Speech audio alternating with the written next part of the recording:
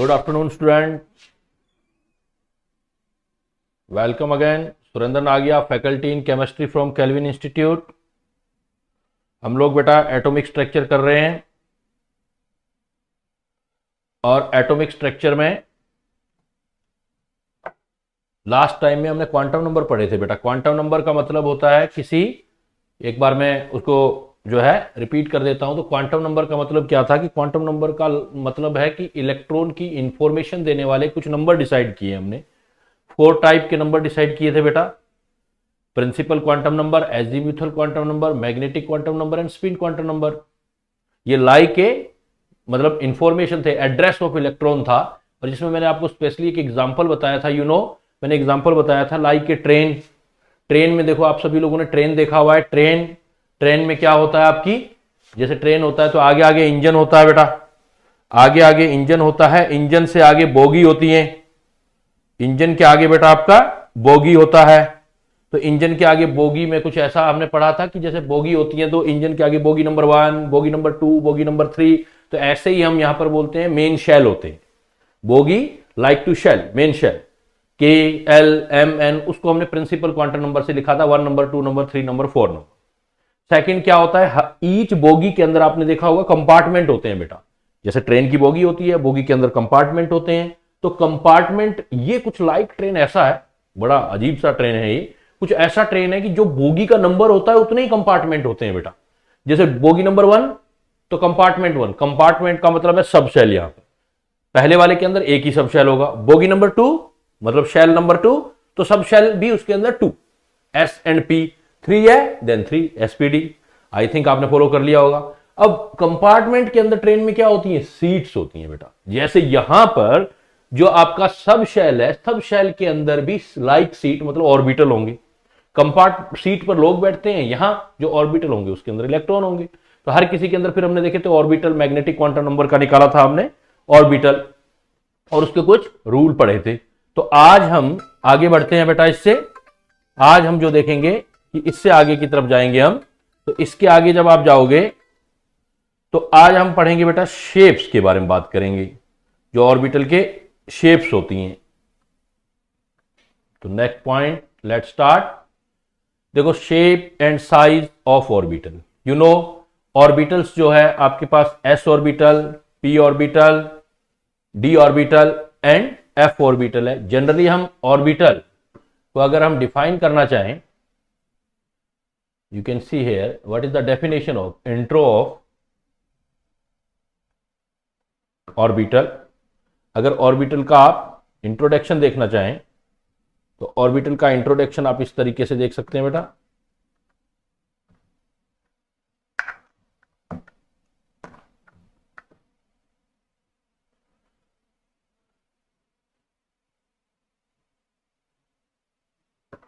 Intro में आप देखेंगे कि what is the definition of orbital. तो ऑर्बिटल को बेटा आप कैसे डिफाइन करते हो ऑर्बिटल को, ये 3D स्पेस होता है, 3D space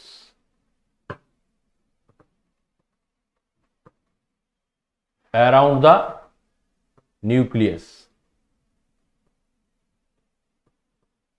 of finding electron. कोई भी ऐसा स्पेस जिसमें इलेक्ट्रॉन फाइंड हो सकते हो, 3D स्पेस होता है, उसको हम ऑर्बिटल्स बोलते हैं, फाइंडिंग इलेक्ट्रॉन। ये ऑर्बिटल्स जो होते हैं आपके S टाइप ऑर्बिटल हो सकता है, P हो सकता है, D हो सकता है, F होता है। कोई भी S ऑर्बिटल होगा, लास्ट क्लास में आपने देखा, उसके लिए L की वैल्यू फिक्स है बेटा। L की वैल्यू 0 है तो S ऑर्बिटल है, सब शेल भी बोल सकते हो, सब शेल भी ऑर्बिटल भी। L इज इक्वल टू 1 तो P, और L इज इक्वल टू 2 तो D, and L is equal to 3 तो आप F बोलेंगे। तो 3 dimensional space around the nucleus जो आप देखते हो उसको आप ऑर्बिटल्स बोलते हो। अब ऑर्बिटल्स जो है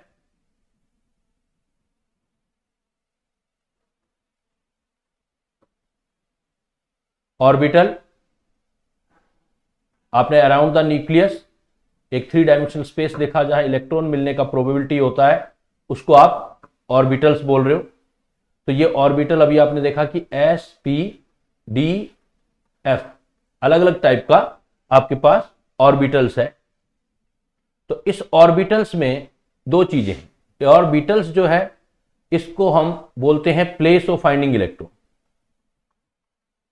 प्लेस ऑफ फाइंडिंग इलेक्ट्रॉन, जहां इलेक्ट्रॉन फाइंड होंगे वो ऑर्बिटल होगा। और प्लेस ऑफ फाइंडिंग इलेक्ट्रॉन जो ऑर्बिटल है, इसको हम रिप्रेजेंट करते हैं, हम टेक्निकल टर्म यूज करते हैं, इसको रिप्रेजेंट करते हैं एक सिंबल से, हम साई। साई का मतलब होता है बेटा, जैसे कल मैंने एग्जांपल बताया था, साई 410, तो कोई ना कोई ऑर्बिटल को रिप्रेजेंट कर रहा था, तो साई रिप्रेजेंट करता है किसी ऑर्बिटल को। बट हमारे पास, जैसे सपोज मैं यहां पर हूं, इस रूम के अंदर मैं हूं, मैं नहीं होऊंगा तब भी ये रूम होगा, इसको रूम बोला जाएगा। लेकिन ऑर्बिटल थोड़ा डिफरेंट चीज है। ऑर्बिटल क्या है कि मान लो कोई जगह है, अगर उसमें इलेक्ट्रॉन अवेलेबल है तभी उसका सिग्निफिकेंस है, अगर इलेक्ट्रॉन अवेलेबल नहीं है तो उसका कोई सिग्निफिकेंस नहीं होता। रूम का सिग्निफिकेंस, चाहे मैं रहूं या ना रहूं, रूम का सिग्निफिकेंस रहेगा। तो मतलब ऑर्बिटल कंसिडरेशन तभी हो सकता है जहां वहां पर इलेक्ट्रॉन मिलने का प्रोबेबिलिटी हो। तो जो साई है, या साई का मतलब ये प्लेस है जहां पर ऑर्बिटल मिलने जा रहे हैं आपको, प्लेस ऑफ फाइंडिंग इलेक्ट्रॉन है, तो ये हमारे लिए नॉन सिग्निफिकेंट है। तो फिर सिग्निफिकेंट क्या है? सिग्निफिकेंट वो है बेटा इलेक्ट्रॉन मिलने का प्रोबेबिलिटी, इलेक्ट्रॉन मिलने का प्रोबेबिलिटी। तो ऑर्बिटल, उसको हम रिप्रेजेंट करते हैं साई स्क्वायर से। मैथमेटिकली एक सिंबल है, बस सिंपली आपने सिंबल याद रखना है। सिंबल से आपने करना है बेटा, साई स्क्वायर का मतलब होगा कि मैक्सिमम प्रोबेबिलिटी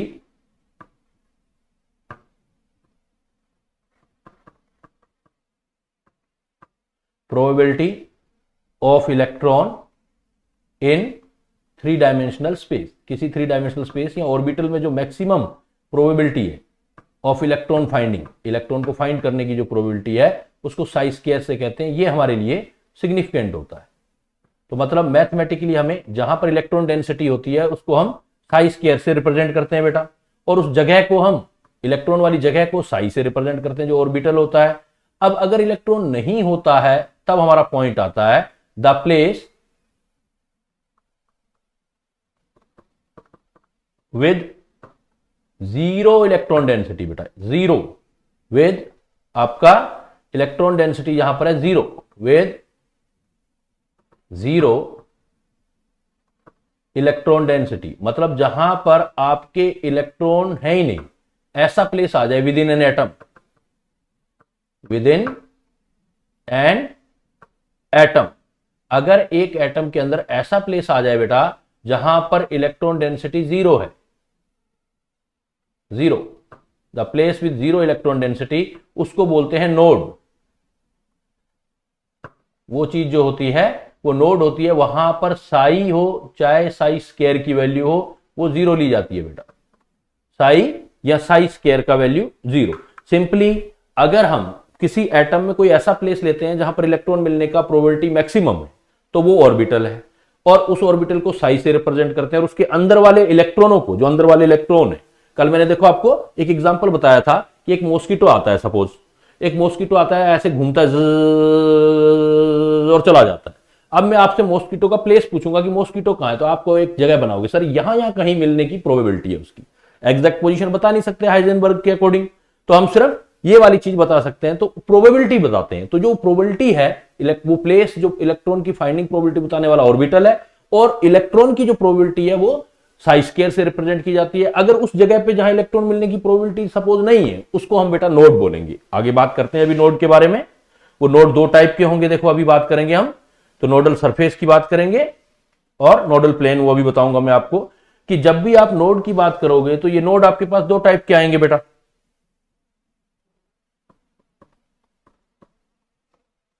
एक आपके पास होगा nodal surface, nodal surface. Nodal surface को आप सिंपली रेडियल नोड भी बोल सकते हो। ये किसी के अंदर भी जो होंगे उसका फार्मूला होगा n-l-1 nodal surface. Nodal surface quantum number से निकलेंगे बेटा n-l-1। हाँ दीपांशु, नोडल सरफेस उसको रेडियल नोड भी बोलेंगे। नोड 2 टाइप के होंगे, एक बेटा होंगे नोडल प्लेन, एक बोलोगे आप nodal surface, and second one is the nodal plane. अगर नोडल प्लेन जो है नोडल प्लेन जो है उसका दूसरा नाम अगर हम देंगे तो बेटा नोडल सरफेस को रेडियल नोड बोलोगे, और नोडल प्लेन जो होंगे उस नोडल प्लेन को हम एंगुलर नोड बोलेंगे। रेडियल नोड, एंगुलर नोड एक ही बात है, ये निकलेंगे एल से। लेकिन यहां पर इसका एक एक्सेप्शन होगा, ये फार्मूला नहीं लगाना है आपने, except for D Z square, बाकी किसी भी ऑर्बिटल के लिए लगा सकते हो आप। डी जेड स्क्वायर में कोई एंगुलर नोड या नोडल प्लेन नहीं होते, नो नोडल प्लेन या नो एंगुलर नो, ध्यान रखना है। ये फार्मूला बाकी सब जगह बेटा लगाना है। Nodal surface n minus l minus one बेटा, nodal surface and nodal plane या angular node equal to l, और टोटल नोड निकालोगे तो इसका फार्मूला भी तो बन गया बेटा। देखो क्या हो गया, नोडल सरफेस कितने आएंगे, n minus l minus one, plus आएगा l, तो l से l कैंसिल हो जाएगा। अगर आप सीधे नोड निकालने हो तो डायरेक्ट फार्मूला भी कर सकते हो n माइनस वन, बट फिर ये ध्यान रखना, it should be keep in mind, it is not applicable for dz square. dz square पे आपने अलग नहीं करना है। तो स्फेरिकल नोड और एंगुलर नोड, तो स्फेरिकल नोड जो है नोडल सरफेस को बोलना है, एक इसका नाम और कह सकते हो spherical node. Spherical node nodal surface को ही बोलना है, इसी को रेडियल नोड बोलना है। डिफरेंट नेम है बेटा, एक्चुअली कुछ भी नहीं है। मैथमेटिक्स जिसको थोड़ी सी क्लियर है तो एक ही बात है, रेडियस के साथ जगह खाली देखेगा उसी को सरफेस बोलते हैं, उसी को स्फेरिकल भी बोलते हैं। तो spherical node, nodal surface, radial node are the similar thing बेटा। Clear Deepanshu? Spherical node, nodal surface, radial node कुछ भी आ जाए ये सिमिलर थिंग है। Nodal plane and angular node आ जाए तो ये आपका सिमिलर थिंग लेना है। डी जेड स्क्वायर के अंदर आप बोलोगे, वो अभी आ जाएगा, सारा शेप आएगी तब क्लियर कर दूंगा, आने दो, आगे मत बढ़ो ज्यादा, जो पॉइंट चल रहा है उसके साथ चलते जाओ, सब चीजों के क्लियर मीनिंग मिल जाएंगे। और जिस लेवल पे जा रहे हो उस लेवल पे क्वेश्चन नहीं आना अपना।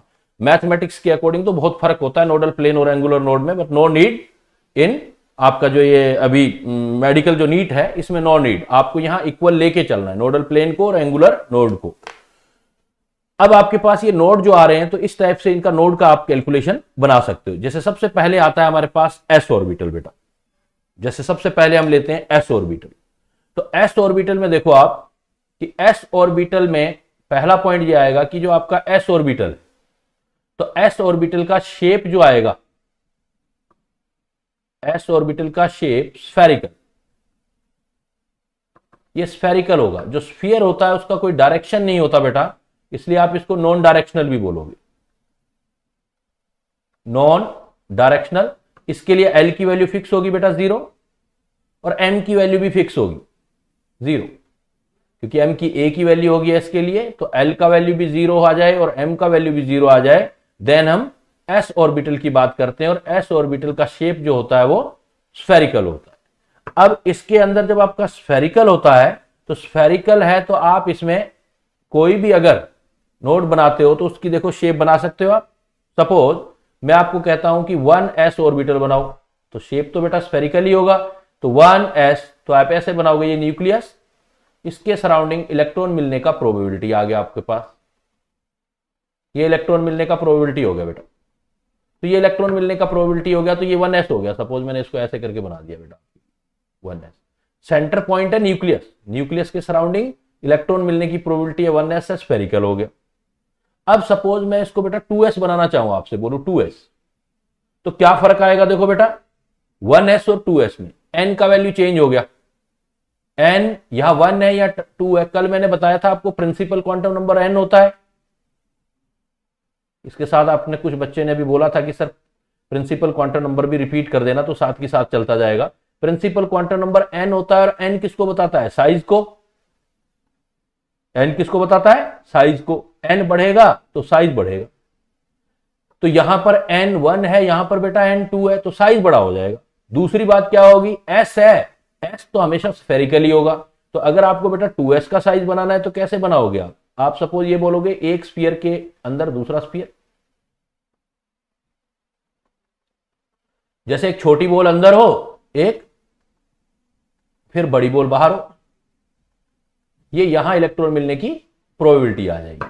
अब देखो 1s और 2s दोनों में फर्क क्या नजर आ रहा है बेटा, दोनों के अंदर अगर फर्क देखोगे तो जैसे एक छोटी बॉल और एक छोटी बॉल को, स्फेरिकल बॉल को बड़ी बॉल के अंदर रख दिया, और बीच में थोड़ी सी जगह खाली छूट गई, तो यहां इलेक्ट्रॉन मिलने का प्रोबेबिलिटी आपका 0 हो जाएगा बेटा।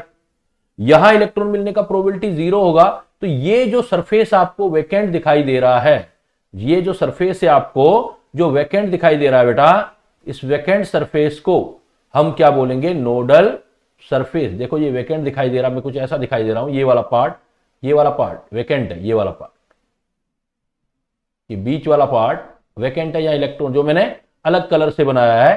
तो ये अलग कलर वाला जो पार्ट है बेटा आपका बीच वाला पार्ट, यहां पर कोई भी इलेक्ट्रॉन डेंसिटी नहीं है, 0 इलेक्ट्रॉन डेंसिटी।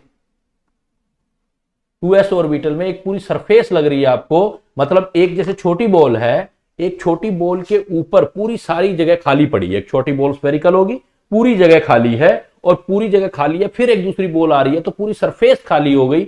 इसी को आप अगर सरफेस के हिसाब से बोलोगे तो इसको बोलोगे नोडल सरफेस या स्फेरिकल नोड।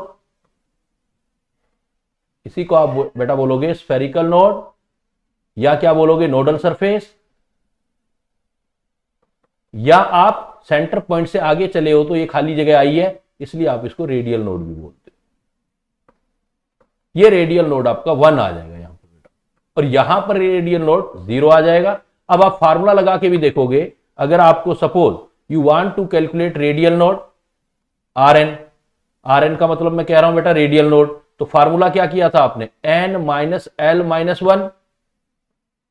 फार्मूला आपने किया n माइनस एल माइनस 1, तो 1s में देखो रेडियल नोड निकालो, 1s में n की वैल्यू 1। जब भी बेटा s ऑर्बिटल होगा तो l की वैल्यू तो 0 होगी, -1, तो 1s के अंदर आप देख सकते हो क्या आया, 1 माइनस 0 माइनस 1, तो 0 आ गया ना। तो आप किसी में भी कैलकुलेट कर सकते हो इसको, ऐसे ही आप दूसरे वाले के लिए कैलकुलेट कर सकते हो। देखो यहां रेडियल नोड निकालोगे तो फार्मूला क्या है, n माइनस एल माइनस 1। दूसरे का फार्मूला भी n माइनस एल माइनस 1, तो यहां पर n का वैल्यू देखो 2, l का वैल्यू s है तो 0 माइनस 1 तो 1 आ गया। देखो इसलिए हमने क्या लिखा था, स्फेरिकल नोड 1 है। इवन आप फार्मूले से निकाल सकते हो, नो इश्यू। आप सिर्फ dz² छोड़ देना, dz² छोड़ करके बाकी निकालोगे बेटा। आप फार्मूला लगाओ, फरहीन, सरफराज, अंशिका, आप सबने सही आंसर निकाला है, 1 for 2s। रेडियल नोड 1 आएगा फॉर 2s और 1s के लिए आपका 0 आ जाएगा। इस तरीके से आप किसी में भी जो है रेडियल नोड कैलकुलेट कर सकते हो। तो s ऑर्बिटल के लिए आप जो है डिजाइन कर सकते हो। तो नेक्स्ट जो हमारे पास आता है देखो p ऑर्बिटल। अब p ऑर्बिटल के लिए आपको फिक्स याद रखना है, p ऑर्बिटल से पहले जैसे आपकी डिमांड भी आई थी कि सर कल वाला भी थोड़ा पॉइंट बता देना, आपको मान लो p ऑर्बिटल्स निकालनी,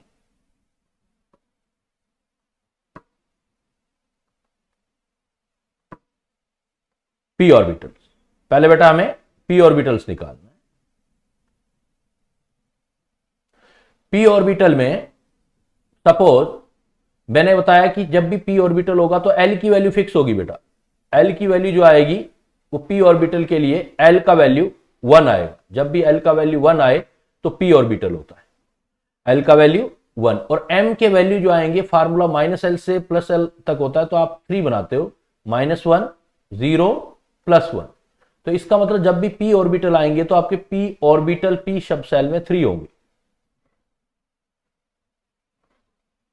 जिनकी वैल्यू आप -1 0 +1 या +1 0 -1 कुछ भी दे सकते हो।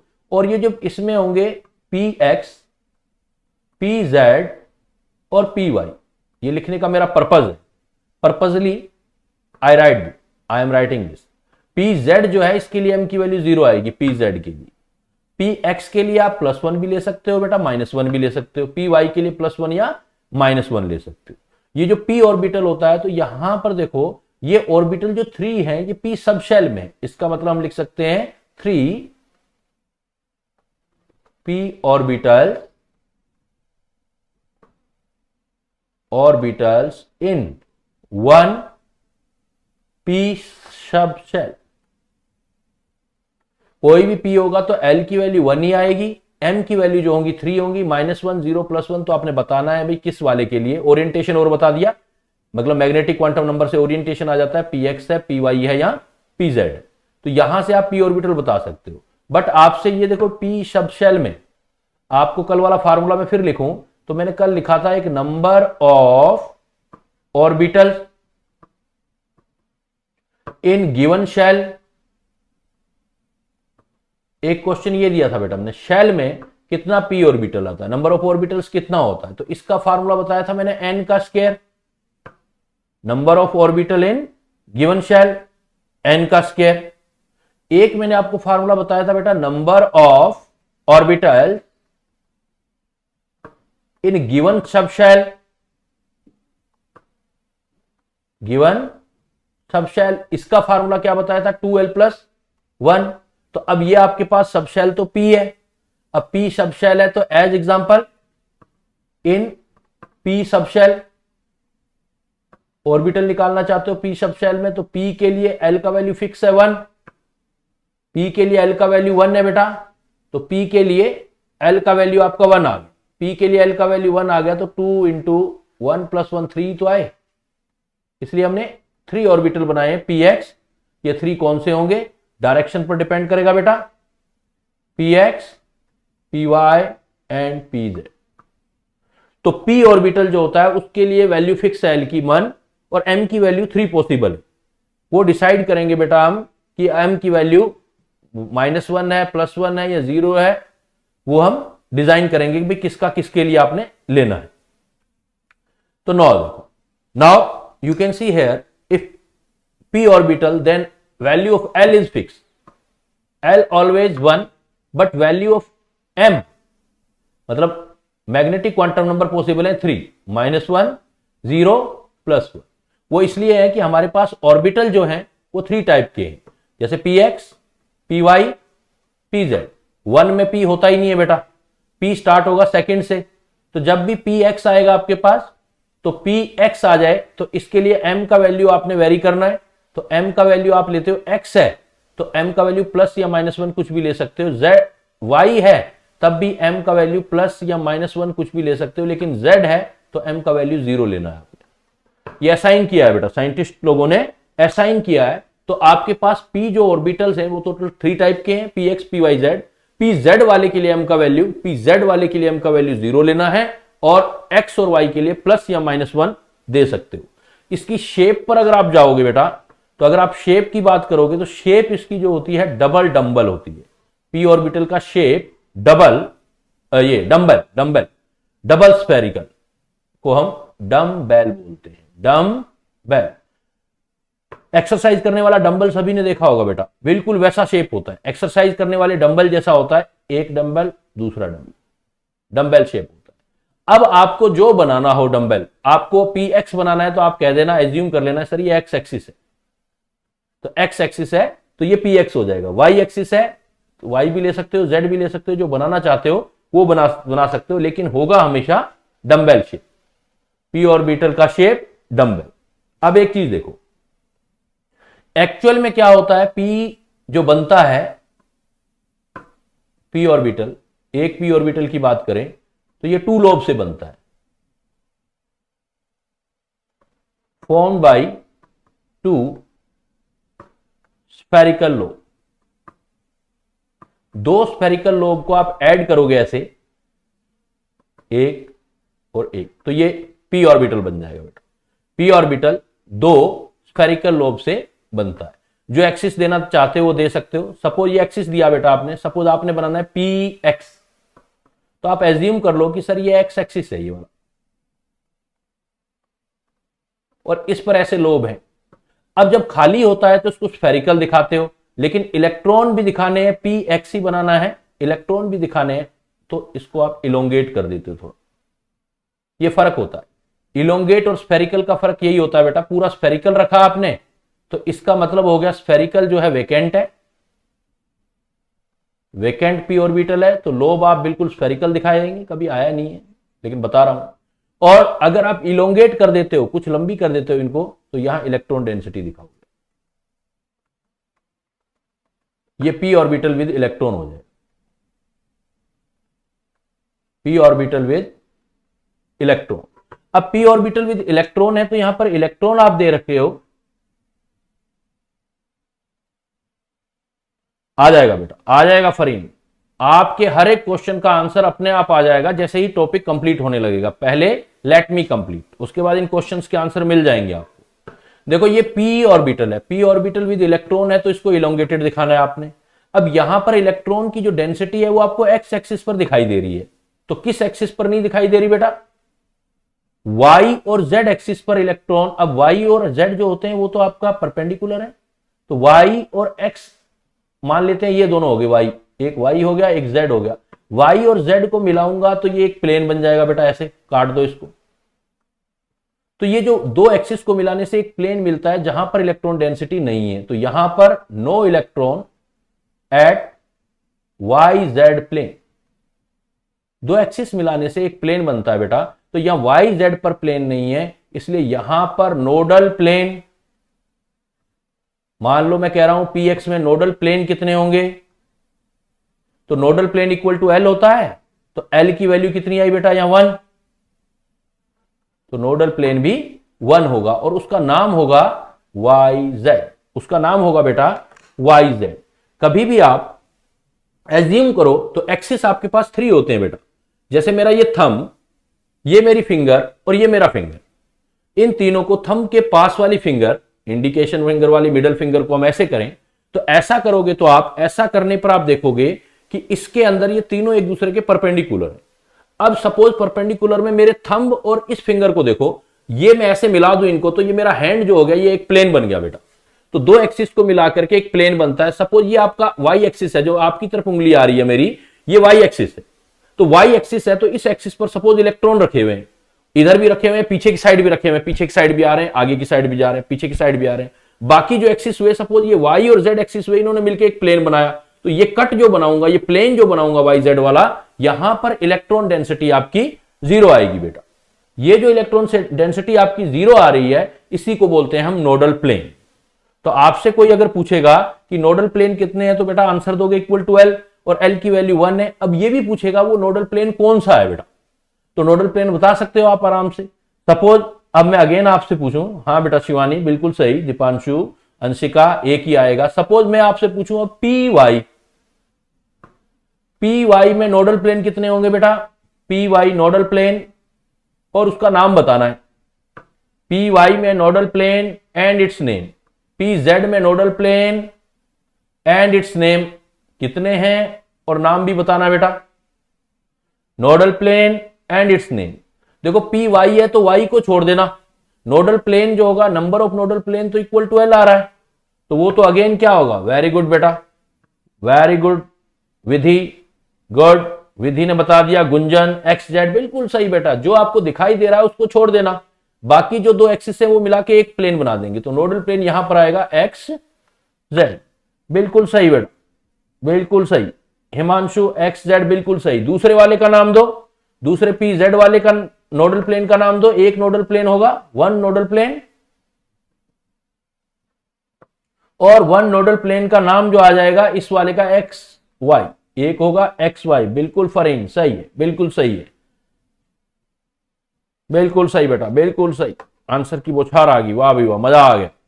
देखो तो बेटा ये देखो आपने निकालना सीखा कि फार्मूला डायरेक्ट लगाना है नोडल प्लेन या नोडल सरफेस निकालने के लिए, और समझना है कि वो नोडल प्लेन कहां बन रहा है, इलेक्ट्रॉन डेंसिटी 0 कहां आ रही है। सिमिलरली पी ऑर्बिटल के बाद देखो बेटा आप चलते हैं अपने डी ऑर्बिटल। अगर आप डी ऑर्बिटल देखेंगे तो डी ऑर्बिटल में आपके पास एल का वैल्यू 2 है बेटा, एल का वैल्यू 2 है, तो एम की पॉसिबल वैल्यू आपके पास 5 बनेगी। एम का पॉसिबल वैल्यू 5 मतलब -2, -1 0 +1 +2, 5 ऑर्बिटल पॉसिबल है, या क्या बोल सकते हो +2 +1 0 -1 -2। अब जो आपके पास डी ऑर्बिटल है, इधर देख रहे हो आप, डी ऑर्बिटल जो आपको दिखाई दे रहे हैं टोटल 5 है, तो इनके नाम देखो पहले डी ऑर्बिटल के, तो नाम जो होंगे D x Y, D Y Z, D Z X, और उसके साथ जो नाम होंगे बेटा D x square Y square and D Z square. तो इसमें जो प्योर जेड वाला है उसका 0 आएगा, जैसे 5 होंगे ना, हम यहां से 5 लेंगे। अगर हम 5 डी ऑर्बिटल लेते हैं, 1 एक सब शेल में 5 होंगे, 2 3 5। जो 0 है जिसकी वैल्यू m की वो dz स्क्वायर होगा, जिसमें प्योर z है बेटा उसके m की वैल्यू 0 आएगी। अब जो प्लस या -1, प्लस या -1 जो होगी, जो z जिसमें और बचा है, जैसे dxz और dyz, उनकी m की वैल्यू प्लस या -1 लोगे। अब जो बचे हैं जिनमें z है ही नहीं, तो उनका प्लस -2 आ सकता है। तो वो कौन से बचे हैं, देखो आपके पास dxy और dzx। तो आपके पास 5d ऑर्बिटल है बेटा, 5d ऑर्बिटल है। तो 5d ऑर्बिटल का शेप्स अगर आप देख रहे हो तो शेप आपके सामने बेटा, इसके अंदर अगर हम शेप्स की बात करें तो शेप अगर आप देखोगे तो इस शेप में आपको दो तरह की लोब्स दिखाई दे रही होंगी बेटा। आपको दो तरह का लोब्स दिखाई दे रहा हो। एक आप देख रहे होंगे कि लोब्स जो है वो अलोंग द एक्सिस है। अगर नीचे वाले आप देख रहे हो dxy, dxz और dyz, तो इन लोब्स के अंदर देख रहे हो तो आपकी लोब्स जो हैं इन तीनों के अंदर, नीचे वाले तीनों के अंदर जो लोब्स आ रही हैं वो along the axis, between the axis आ रही है बेटा, बिटवीन द एक्सिस। और ऊपर वाली जो दोनों देख रहे हो इसमें जो लोब्स आ रही हैं वो अलोंग द एक्सिस आ रही है, अलोंग द एक्सिस आ रही है। बनाते कैसे हैं जरा देखो आप। सपोज इसके अंदर जो है 3d ऑर्बिटल है, ये 3d ऑर्बिटल हम बनाते हैं।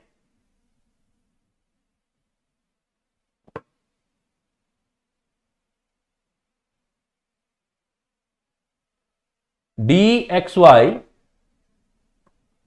dyz एंड dzx बेटा, ये 3d ऑर्बिटल है। ये 3d का एक ग्रुप है बेटा।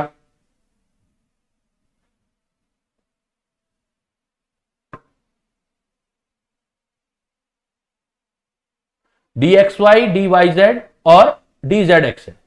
dxy, dyz, dzx, ये तीन हमारे पास d ऑर्बिटल है। इन तीन का एक ग्रुप है, इसलिए इसको बोलते हैं T2G ग्रुप।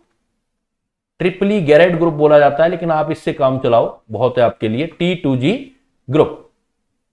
अगर ये T2G ग्रुप आपके पास है तो इन T2G ग्रुप वाले 3d ऑर्बिटल की पहचान ये है कि इसकी शेप डबल डंबेल होगी। इसका शेप जो आएगा वो डबल डंबेल जैसा है, मतलब 4 लोब्स आएंगी बेटा इसमें। इसकी लोब्स जो रहेंगी वो आपके पास 4 लोब्स होंगी। अब ये जो 4 लोब्स हैं और ये 4 लोब्स जो होंगी, इसकी खास बात है ये बिटवीन द एक्सिस होंगी, लाई बिटवीन द एक्सिस। जो भी कोई ऑर्बिटल बनाना चाहते हो उसके बिटवीन द एक्सिस आएंगी। सपोज एक एग्जांपल लेता हूं, आपको मुझे बनाना है dxy। अब मुझे ये dxy बनाना है, xy बनाना है। तो dxy में देखो आप ऐसे एज्यूम कर लो, एक x एक्सिस है, एक y एक्सिस है आपके लिए, और 4 लोब बनानी है बेटा। तो 4 बिटवीन द एक्सिस बनाओ ऐसे। अब बिटवीन द एक्सिस बना लिया। अब आप एक चीज नोट करोगे कि आपके पास जो प्लेन आ रहा है बेटा, जो आपके पास प्लेन आ रहा है, प्लेन देखो एक तो यहां आएगा, यहां इलेक्ट्रॉन डेंसिटी 0 है, एक यहां आएगा। तो ये वाला जो प्लेन होगा एक्स एक्सिस दिखाई दे रहा है, जो नहीं दिखाई दे रहा है वो जेड है, तो एक्स जेड प्लेन। और ये वाला जो ऊपर वाला प्लेन है वाई एक्सिस पर है, तो वाई दिखाई दे रहा है, जेड नहीं दिखा रहा है, तो वाई जेड प्लेन। इसका मतलब यहां पर नोडल प्लेन 2 होंगे, 2 नोडल प्लेन होंगे। फार्मूला लगा के भी लगा सकते हो, 2 नोडल प्लेन होंगे। तो T2G ऑर्बिटल के लिए आप सीधा नोडल प्लेन अगर निकालना है, NP का मतलब, ये नोडल प्लेन का मतलब मैं लिख रहा हूं NP।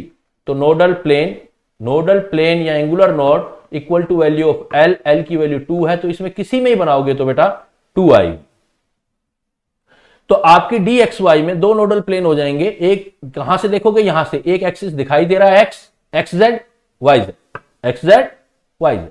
तो सिमिलरली क्या मुझे बता सकते हो बेटा डी वाई जेड में कौन कौन से नोडल प्लेन होंगे, डी वाई जेड में और डी जेड एक्स में,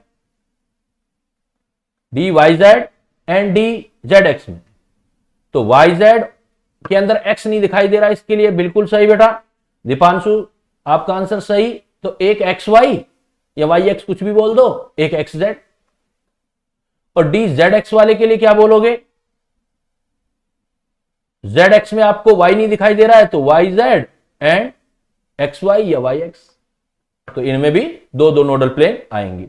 तो जब भी आप डी सबशेल होगा तो पहले वाले तीन का जो ग्रुप है उसको आप T2G ग्रुप बोलोगे। उसके अंदर नोडल प्लेन ऑलवेज 2 आएंगे या एंगुलर नोड, उसमें 4 लोब्स होंगी, इसलिए आप उसकी डबल डंबल शेप होगी। और लोब्स जो होंगी, खास बात यह है कि बिटवीन द एक्सिस होगी बेटा, बिटवीन द एक्सिस। सही है बेटा सदफ, गुंजन, सही है आपके आंसर। अब अगर जो दूसरा ग्रुप है बेटा आपके पास, जो दूसरे ग्रुप में दो ऑर्बिटल रहेंगे, एक रह गया डी एक्स वाई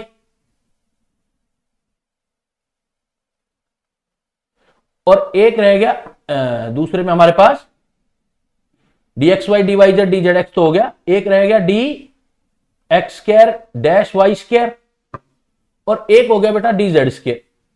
ये दो रहेंगे। ये जो दो ऑर्बिटल हैं ये दो का ग्रुप है और 2 is the even number, 2 is the even number, that's why इसको हम बोलते हैं ईजी, इवनली गैरेड या easy D group, easy group. Easy group का मतलब ये होता है कि इसमें लोब्स जो होती हैं वो अलोंग एक्सिस होती हैं, lobes along axis. Important part, जो आपके ईजी ऑर्बिट डी ऑर्बिटल होंगे, जो 2 ऑर्बिटल हैं डी ऑर्बिटल, उनके लोब्स अलोंग द एक्सिस होंगे। तो एक्सिस होंगे तो जैसे आपने D x square Y square बनाया, सपोज बेटा D x square Y square बनाया, ईजी का मतलब इवनली गैरेड बेटा, ईजी इवन मतलब दो, गैरेड एक स्पेक्ट्रोस्कोपिक टर्म है तो आप ईजी से याद रखेंगे। ईजी ग्रुप के दो ऑर्बिटल हैं, D x square Y square है तो आप एक काम करो, एक एक्स एक्सिस बनाओ, एक बेटा वाई एक्सिस बनाओ और लोब्स बना दो 4 अलोंग द एक्सिस, एक्सिस के ऊपर बना रहा हूं देखो अब की बात, अलोंग द एक्सिस।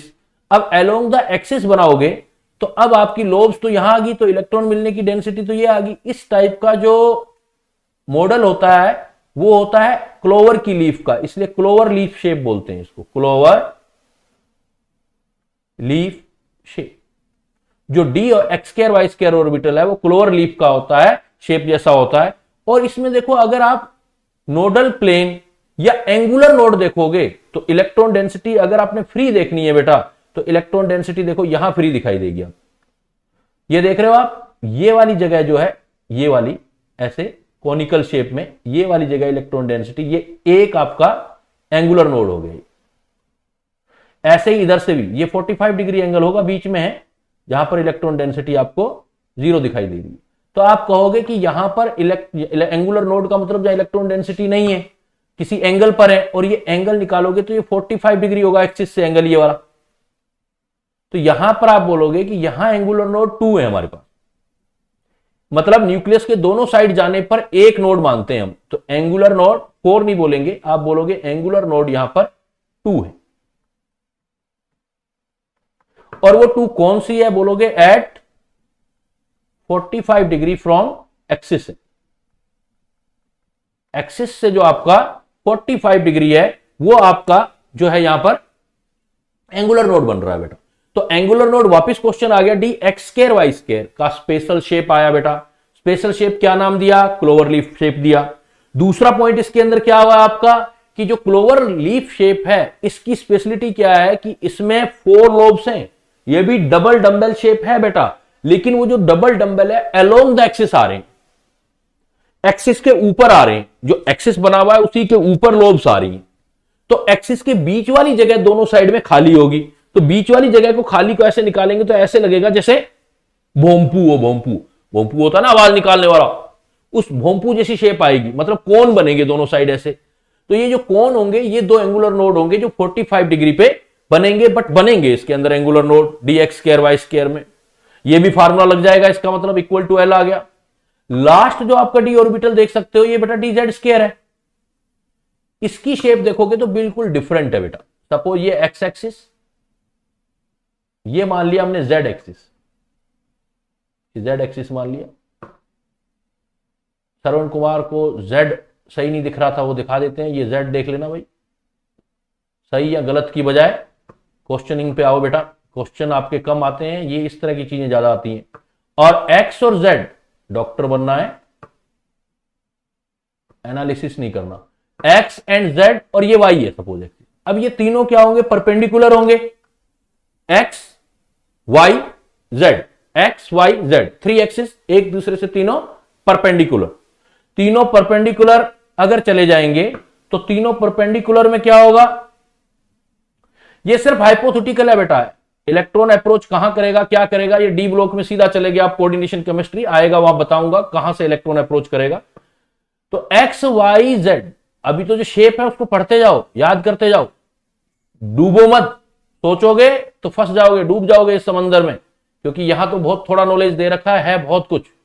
तो अभी तो समझते जाओ बस। सौरभ तिवारी आपके लिए। अब एक्स वाई जेड में जो इलेक्ट्रॉन मिलने की प्रोबेबिलिटी है जेड एक्सिस पर है, तो इसकी शेप हमने ऐसे बताई है साइंटिस्ट लोगों ने कि भाई ऐसे रहेगा, यहां पर इलेक्ट्रॉन मिलने की प्रोबेबिलिटी है, और बीच में ऐसे कॉलर बनेगा, वहां इलेक्ट्रॉन मिलने की प्रोबेबिलिटी है। कॉलर का मतलब समझ रहे हो बेटा, जैसे मान लो हमारा अपना एग्जांपल ले लो आप, हमारा ये हेड और ये नीचे वाला पार्ट है, तो इलेक्ट्रॉन मिलने की प्रोबेबिलिटी ऊपर नीचे ये जेड एक्सिस हो गया, हो गई। और गले में हमने क्या डाल दिया, कोई डिस्क डाल दी, डिस्क डाल दी, तो यहां भी इलेक्ट्रॉन मिलने का प्रोबेबिलिटी होगी। तो इस टाइप का इलेक्ट्रॉन मिलने का प्रोबेबिलिटी मिलता है, तो उसको डी जेड स्क्वायर बोलते हैं। ये जो डी जेड स्क्वायर है बेटा, ये जो आपका जेड स्क्वायर है, इस डी जेड स्क्वायर में आप देखोगे कि एक स्पेशल शेप बनी है, और ये शेप होती है डफ नट की। तो इस शेप को बोलते हैं डफ नट शेप। दोनों जगह क्वेश्चन है बेटा कि डी जेड स्क्वायर का शेप क्या होता है, आंसर दोगे doughnut. D x square Y square का शेप क्या होता है, आंसर दोगे clover leaf shape.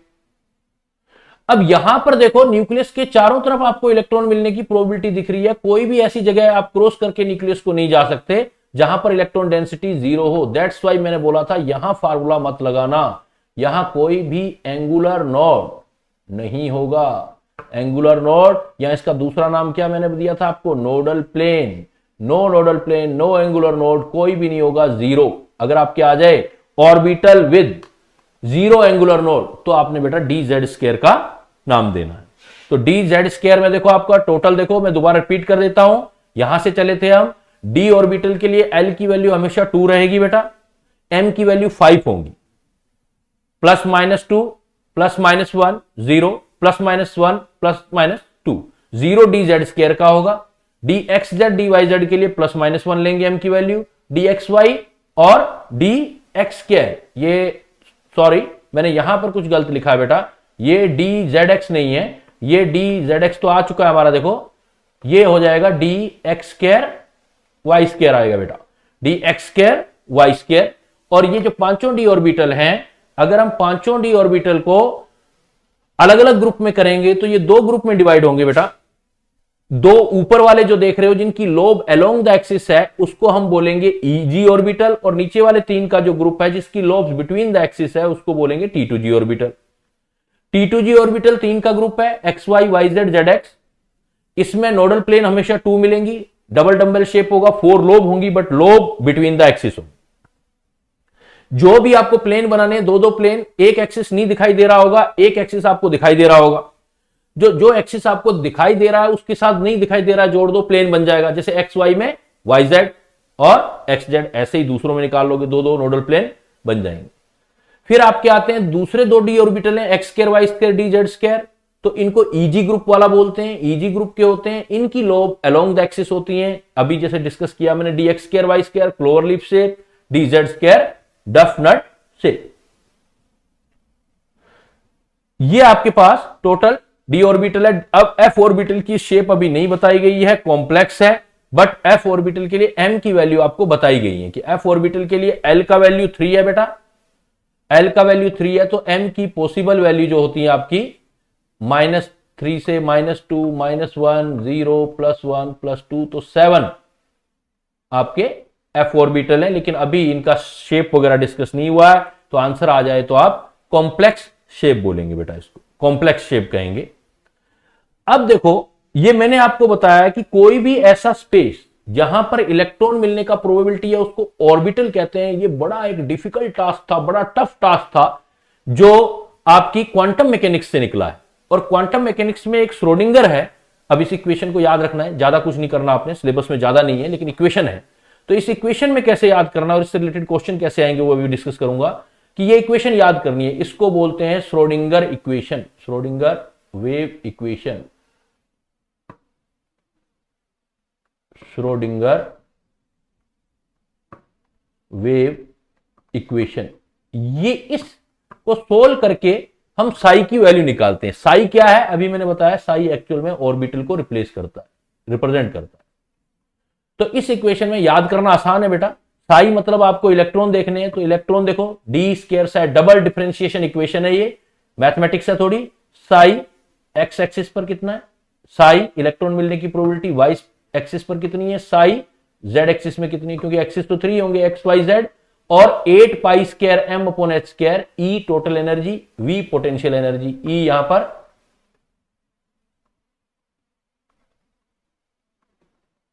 Total energy represent करेगा, वी यहां पर पोटेंशियल एनर्जी रिप्रेजेंट कर रहा है, इलेक्ट्रॉन की है, और psi is equal to solve करेंगे तो इसमें क्या होंगे, साई की वैल्यू आएंगी, कुछ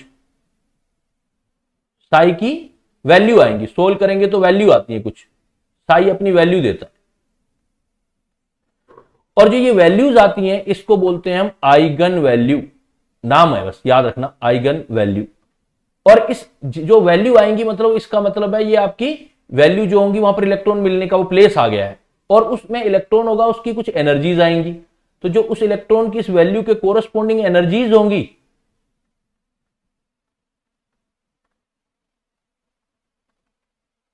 कोरस्पॉन्डिंग एनर्जी, उसको बोलेंगे इस, आप एक काम करो, ये वैल्यू ना लेकर के इसको बोलो फंक्शन, क्योंकि वैल्यू तो एनर्जी की होंगी ना, और जो एनर्जी वैल्यू आएंगी उस फंक्शन के रिलेटेड इसको बोल दो आइगन फंक्शन, और इसको बोल दो आइगन वैल्यू। मतलब वैल्यू आ जाए तो एनर्जी को रिप्रेजेंट करेगा और फंक्शन साई को रिप्रेजेंट करेगा सिंपली। ये थोड़ी डिफिकल्ट बात है, पहले ही बता रहा हूं मैं आपको, थोड़ा सा मैं इंट्रोड्यूस कर रहा हूं, बस याद रखने के लिए समझ लेना ये बात। जैसे ये न्यूक्लियस है, न्यूक्लियस से आप आगे चले, आपको कोई जगह मिली, वो जगह इलेक्ट्रॉन वाली है, तो इलेक्ट्रॉन वाली जगह है तो उसको बोलेंगे साई 1, ये आपका प्लेस मिल गया आपका पहला। जैसे आगे चले फिर कोई जगह मिली, बीच में खाली जगह आई, तो इस प्लेस को आपने बोल दिया साई 2। फिर आपकी प्लेस आई कोई, इसको बोल दिया आपने साई 3। जो जिस साई 1 प्लेस पर कोई इलेक्ट्रॉन आया उसकी जो एनर्जी है उसको बोल दिया E1। फिर E2 में आया तो एनर्जी बोल दी E2, एनर्जी बोल दी E3। तो ये जो साई 1 साई 2 साई 3 प्लेस आ रहा है बेटा, इसका मतलब है आइगन फंक्शन। जो इलेक्ट्रॉन का प्लेस आता है उसको हम आइगन फंक्शन बोलते हैं, and energy corresponding to this function, this place, उसको बोलते हैं हम आइगन वैल्यू। अभी तक नहीं आया है लेकिन आ सकता है थोड़ा सा। हाँ बेटा, कल बताया था मैंने, इसी साई इस प्लेस को सोल्व करोगे, तो अभी बता रहा हूं, उसी पॉइंट पे आ रहा हूं, कल भी बताया था, दोबारा रिपीट करूंगा। अभी इसी को सोल्व करोगे तो आपके पास वैल्यू आएंगी। जैसे आप देखो इस चीज के अंदर एक बात, अगर मैं यहीं पर आपको बताना चाहूं तो इस साई को सोल्व करने पर ही तो ये प्लेस आए थे। आइगन फंक्शन क्या है, ये प्लेस ही तो है इलेक्ट्रॉन की। एक्चुअली साई किसको रिप्रेजेंट करता है, मैं बिल्कुल सिंपल लोकल लैंग्वेज में बात करूं, प्लेस ऑफ इलेक्ट्रॉन। और प्लेस ऑफ इलेक्ट्रॉन क्या हो सकता है, energy level, main energy level, सब एनर्जी लेवल, या ऑर्बिटल, 3 ही तो प्लेस होते हैं। इसलिए कल मैंने एक फॉर्मूला लिखा था, साई से 3 क्वांटम नंबर डिराइव हुए हैं। कौन से क्वांटम नंबर डिराइव हुए हैं साई से, बस इसी मैथमेटिक्स को सोल्व करके किया है कि साई से N, L और M3 क्वांटम नंबर डिराइव हुआ है। साई से N, मतलब साई किसको रिप्रेजेंट कर रहा है, मैथमेटिक्स में मत जाओ, क्योंकि मैथमेटिक्स इतनी आती ही नहीं, डिफरेंशियल आप कहां करोगे, मेडिकल वाले बच्चे हो, तो यहां कहां जा पाओगे, इसलिए मेरी लैंग्वेज पर ध्यान दो। मैं कह रहा हूं इस इक्वेशन को सोल्व करके साई की वैल्यू निकाली गई, और साई किसको रिप्रेजेंट करता है, प्लेस ऑफ इलेक्ट्रॉन को। और प्लेस ऑफ इलेक्ट्रॉन जो होते हैं वो जैसे पहले वाला प्लेस जहां इलेक्ट्रॉन मिला, दूसरा प्लेस, तीसरा प्लेस, इसको बोलते हैं आइगन फंक्शन। प्लेस को बोलते हैं आइगन फंक्शन। सरफराज सिद्दीकी आपके लिए जा रहा हूं यहां पर मैं, आइगन फंक्शन। और इस प्लेस पर जो इलेक्ट्रॉन होगा उसकी जो एनर्जी होगी उसको बोलेंगे आइगन वैल्यू। मतलब क्वेश्चन कैसे आएगा, आपको क्वेश्चनिंग पर जाना है। आइगन वैल्यू कम्स फॉर, आप आंसर दोगे energy. Eigen function comes for, आप बोलोगे ये साई, वेव फंक्शन। अब ये प्लेस है साई वाला, ये तो आप पढ़ के आ चुके हैं ना। प्लेस तो 3 टाइप के हो सकते हैं। वो प्लेस कौन कौन से हो सकते हैं, प्लेस हो सकता है मेन एनर्जी लेवल, सब एनर्जी लेवल एंड ऑर्बिटल। तो मेन एनर्जी लेवल, सब एनर्जी लेवल और ऑर्बिटल के लिए 3 क्वांटम नंबर ही तो हैं, एन, एल एंड एम। इसीलिए मैंने कल क्वेश्चन भी दिया था आपको, मैंने लिखा था कि सपोज मैंने लिख दिया साई 420 किसको रिप्रेजेंट कर रहा है, देखो साई 420 प्लेस बताओ कौन सा इलेक्ट्रॉन का, कौन सी जगह है। तो क्या आंसर किया था आपने, आपने कहा था कि सर ये वैल्यू है एन की, ये वैल्यू है एल की और ये वैल्यू है एम की। साई एनएलएम है, तो ये जो एनएलएम है तो मैंने लिख दिया साई 410 या 420, साई 420 दे दिया। अब मैंने साई 420 दे दिया तो 420 का मतलब ये बेटा एन की वैल्यू, ये एल की वैल्यू, ये एम की वैल्यू, क्लियर कट आंसर आ गया। एन का वैल्यू आ गया 4, एल 2 है तो आ गया डी, और डी में एम की वैल्यू 0 किसके लिए होती है, जेड स्क्वायर, तो 4d जेड स्क्वायर आ गया, 4d जेड स्क्वायर आ गया, 4d जेड स्क्वायर आ जाएगा। बिल्कुल सही बेटा। फरहीन, गुंजन, सबका आंसर आपके पास आया। तो सिंपली आपको एक तो श्रोडिंगर इक्वेशन याद करनी है। अब पॉइंट पे आता हूं, यहां मेडिकल वाले स्टूडेंट के लिए स्पेशली, इवन जो होता है एडवांस वाले करते हैं तो डेरिवेशन भी रिक्वायर्ड है, बट फॉर यू आपको वही करना है जो आपका आएगा, उससे ज्यादा जाने की एनर्जी वेस्ट करने का रिक्वायरमेंट नहीं है आपको। तो सबसे पहले तो एक इक्वेशन याद करनी है हमने, डबल डिफरेंशिएशन, डी का मतलब differentiation, double differentiation psi upon D x square plus psi upon Y square plus psi upon Z square plus 8 pi square M upon H square, E minus B psi is equal to 0। इस equation को याद करना है। Sai eigen function है, इसकी corresponding energy eigen value है बेटा। अब आपके एग्जाम में क्वेश्चन कैसे आएगा और कैसे सोल्व करना है, डिफिकल्ट से डिफिकल्ट क्वेश्चन पूछा जाएगा इस टाइप से। ये सपोज आपको एक प्रॉब्लम आ गई, ये प्रॉब्लम अगर आ गया और आपको सोल्व करना है बेटा, कैसे सोल्व करेंगे, देखो इस प्रॉब्लम को सोल्व कैसे किया जाना चाहिए, सिर्फ प्रॉब्लम सोल्विंग देखो आप। इसमें बस एक काम करना आप कि आपको रेडियल नोड ढूंढना है बेटा, रेडियल नोड, इसका मतलब वहां पर इलेक्ट्रॉन डेंसिटी 0 होती है। रेडियल नोड का इलेक्ट्रॉन डेंसिटी 0 है, तो सोचो कि मैथमेटिकली 0 वैल्यू कहां रख सकते हो आप, साई की वैल्यू 0 कहां आ सकती है, ये तो 0 नहीं हो सकती वैल्यू, 1/22 कैसे 0 हो जाएगा, 1/a0, ए रेडियस होता है बोहर का 0.529, ये 0 नहीं हो सकता। ये एक्सपोनेंशियल की पावर माइनस में जा रही है, ये 0 नहीं हो सकती। लेकिन ये हम कह सकते हैं कि इन दोनों का डिफरेंस, जब भी कभी ऐसा क्वेश्चन दिखे डिफरेंस वाला पॉइंट हटा लेना, आप बोल सकते हो 4 नोड, ये चीज 0 हो सकती है। डिफरेंस इस मैथमेटिकली 0 आ सकता है, 2 minus R upon A nought equal to 0, ये वैल्यू 0 हो सकती है, यहां से 0 आ सकता है। तो वैल्यू कैलकुलेट कर लो बेटा, 2 इज इक्वल टू 0 हो गया तो इधर ले जाओ, 2 is equal to r upon A naught, तो आर नोट या आर की वैल्यू जो भी चाहिए आपको, r is equal to 2 a naught, answer आ गया। जब भी ऐसा क्वेश्चन आ जाए, देखो कितना डिफिकल्ट क्वेश्चन है, क्वांटम मैकेनिक्स की बजाय मैं ट्रिक से सिखा रहा हूं आपको सोल्व करना, कि जब भी ऐसा प्रॉब्लम आ जाए तो जहां पर डिफरेंस दिख रहा हो, माइनस लगाओ दो चीजों के बीच, वो चीज 0 हो सकती है। जब भी ऐसी इक्वेशन आएगी तो उस चीज को आप 0 की रिस्पेक्ट रख देना, जैसे यहां पर 2 minus R upon A nought equal to 0 है, नोड है तो यहां इसका सॉल्यूशन 0 आना चाहिए, 0 आना चाहिए तो उसको सोल्व कर लो, जो निकालना चाहते हो आर की वैल्यू आ जाएगी आपके पास। तो इस टाइप की प्रॉब्लम आपको मिल सकती है। ये आपका पहले वाला क्वेश्चन। फिर देखो दूसरा क्वेश्चन भी सेम ऐसा डाला है, जल्दी सी बना के देख लो बेटा क्या आंसर आएगा।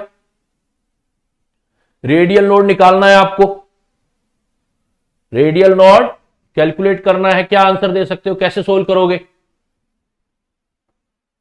एक इक्वेशन दे दी, कुछ नहीं है, बड़ा सा क्वेश्चन है, उसकी तरफ जाना ही नहीं है, ट्रिक यूज करना है बेटा, ट्रिक यूज करना है। नोड ढूंढ रहे हो आप, 2a0। देखो बेटा मेरे पास सरफराज का आंसर आ गया, प्रशांत का आ गया, अंशिका का आ गया बी। तो बिल देखते हैं बेटा कि रेडियल नोड निकालना है तो डिफरेंस ही तो जीरो ले सकते हैं अपने। तो 2 minus R0 upon A0 is equal to 0 for node. Node के लिए तो ये लिख सकते हैं, तो 2 is equal to R nought upon A nought. तो R नोट का वैल्यू आ गया अगेन 2A नोट। इक्वेशन कैसे भी, पिछले क्वेश्चन में यहाँ 22 था, यहाँ 42 है, कुछ भी होता रहे, हमें उससे मतलब नहीं। सही है बेटा गुंजन, शिवानी, बी आंसर आ जाएगा। तो आपको डिफरेंस जीरो कर लेना। दूसरा देखो क्वेश्चन मैंने यहां पर लिखा है which of the following is not possible, which of the following is not possible. तो कल मैंने आपसे डिस्कस किया था, सिंपली आपको क्या चेक करना होता है कि आपका अगर इनवैलिड कॉम्बिनेशन है, तो कल बताया था मैंने इनवैलिड क्या होगा, अगर एल की वैल्यू एन से बराबर या आगे जा रही है, एल बड़ा हो रहा है एन से या बराबर भी हो रहा है, या एम की वैल्यू एल से बड़ी हो रही है, तो वो इनवैलिड है। सीधा सा पॉइंट है, वो इनवैलिड है। एल का वैल्यू एन से बड़ा दिखाई दे रहा है, तो देखो यहां पर देखो पहले वाले में N3L0, एल छोटा एन से, ओके, एम एल के बराबर है तब भी चलेगा। n is equal to 3L1, M बराबर है चलेगा। n is equal to 2, L is equal to 0। M देखो मैग्नीट्यूड लेना है, प्लस माइनस नहीं चेक करना बेटा, मैग्नीट्यूड की बात कर रहा हूं ये वैल्यू। तो m -1 नहीं पढ़ना, इसको m1 पढ़ना है। तो l इज इक्वल टू 0 आ गया, m1 आ गया, -1 मतलब 1 आ गया। तो m बड़ा कैसे हो सकता है, m जो है l से बड़ा नहीं हो सकता, only magnitude. Consider only magnitude बेटा, तो ये ऑप्शन हो जाएगा, ये इनवैलिड। इनवैलिडिटी पर आपके अलग टाइप के, सही है बेटा श्लोक, सौरभ, सही क्वेश्चन आया। इसी टाइप से आपका क्वेश्चन देखो, यहां देखो प्रिंसिपल क्वांटम नंबर, अभी बताया बेटा, बताओ प्रिंसिपल क्वांटम नंबर किस पर आएगा। प्रिंसिपल क्वांटम नंबर क्या बताता है, एटम का किस किस काम आएगा प्रिंसिपल क्वांटम नंबर।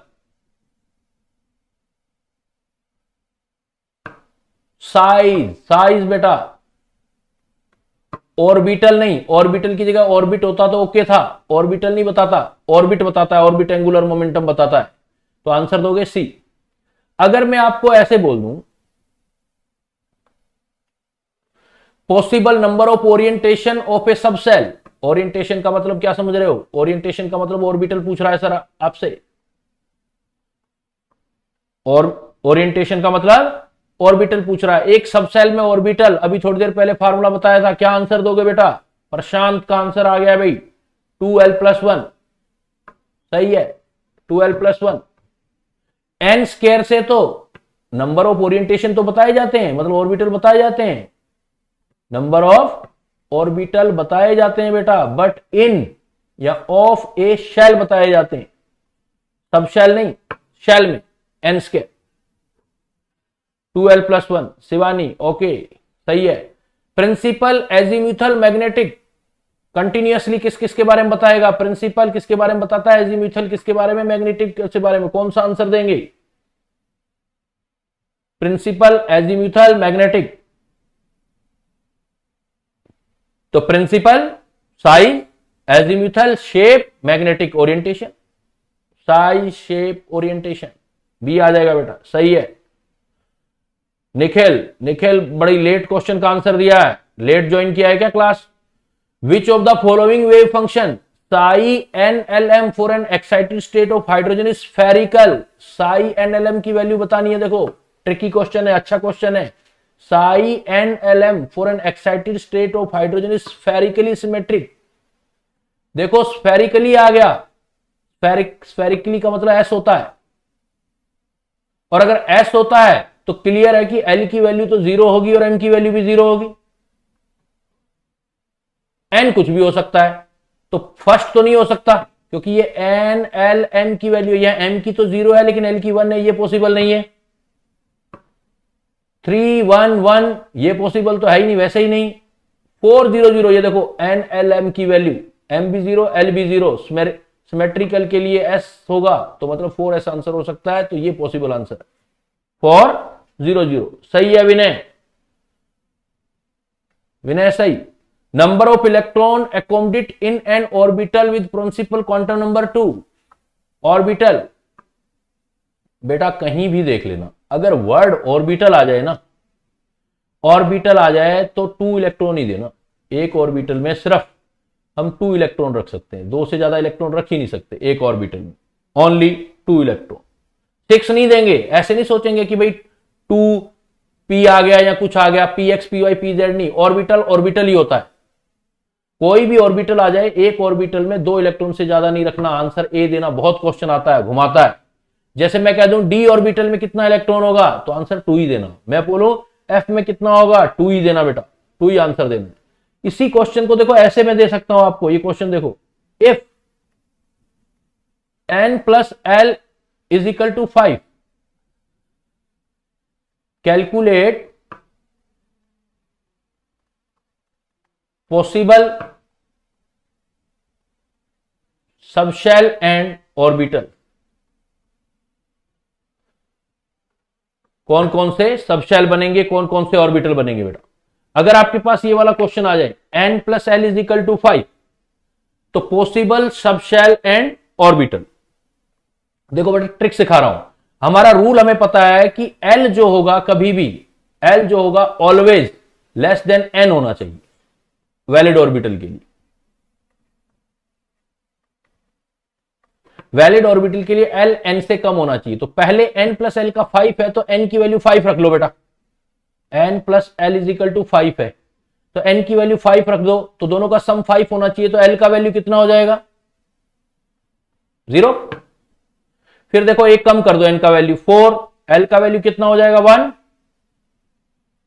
अगेन एक कम कर दो बेटा, ये 2, फिर कम कर दो 2 प्लस 3, तो ये तो वैलिड नहीं हुआ क्योंकि n छोटा नहीं होना चाहिए इससे। तो क्या बन गया देखो, पहले वाला 5 0 मतलब 5s, 4p एंड 3d, तो 3 आ गए बेटा, सबशेल आ गए, सबशेल हो गया आपके पास 3, सबशेल 3 आ गया बेटा, 5s 4p 3d। ऑर्बिटल निकालो, 5s है तो अकेला होगा, 4p है तो 3 होंगे, और 3d है तो d वाले 5 होते। तो टोटल कितने हो गए, 1 और 3 4 और 5 9 ऑर्बिटल हो गए। तो अगर ऐसा क्वेश्चन आता है आपके पास, तो आप ऐसे करके निकालेंगे बेटा। n plus L is equal to 5 दे दिया, तो हमें पता है कि n की वैल्यू l से हमेशा बड़ी होनी चाहिए। इस तरह के कॉम्बिनेशन बनाएंगे। अगर वो कॉम्बिनेशन नहीं बनता है तो इसका मतलब वो ऑर्बिटल एग्जिस्ट नहीं करेगा। कुछ मैंने क्वेश्चन दिए बेटा, ये करोगे आप, प्रैक्टिस करोगे इनकी, कुछ प्रॉब्लम्स दिए मैंने बीच बीच में। नेक्स्ट आता है, जब ये सीख जाते हो आप, तो इलेक्ट्रॉनिक कॉन्फ़िगरेशन, आप इलेक्ट्रॉन का कॉन्फ़िगरेशन कैसे बनाओगे, इलेक्ट्रॉन कैसे फिल करोगे। तो इलेक्ट्रॉनिक कॉन्फ़िगरेशन का मतलब आपने समझना है filling of electron, but in ground state of atom. ये रूल जो बने हैं ग्राउंड स्टेट के लिए बने हैं बेटा, और फिलिंग के लिए बने हैं, निकालने के लिए नहीं बने, इलेक्ट्रॉनों को फिल करने के लिए बने। Filling of electron in ground state of atom. पहला रूल है आपका ऑफ बो, मतलब पहले आप क्या करोगे, मेन शेल में कैसे इलेक्ट्रॉन भरोगे। फिर है पाउली, आप पहले हुंड्स करो फिर पाउली करना। हुंड्स रूल का मतलब है कि आप सब एनर्जी लेवल में कैसे इलेक्ट्रॉन भरोगे, ये फिलिंग ऑफ इलेक्ट्रॉन इन सब शेल। और ये वाला जो ऊपर वाला है filling of electron in shell, और पाउली का मतलब है filling of electron in orbital. Shell में कैसे फिल करोगे, सब शेल में कैसे करोगे, और ऑर्बिटल में कैसे करोगे। जैसे नंबर वाइज उठाते हैं अपने, ऑफ बो वाला,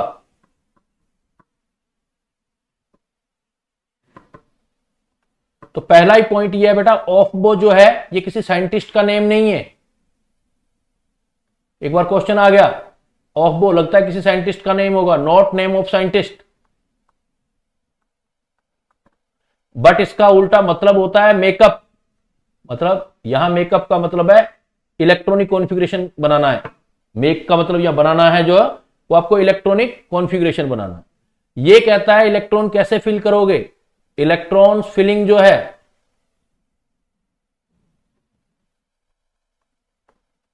according to increasing order of energy है।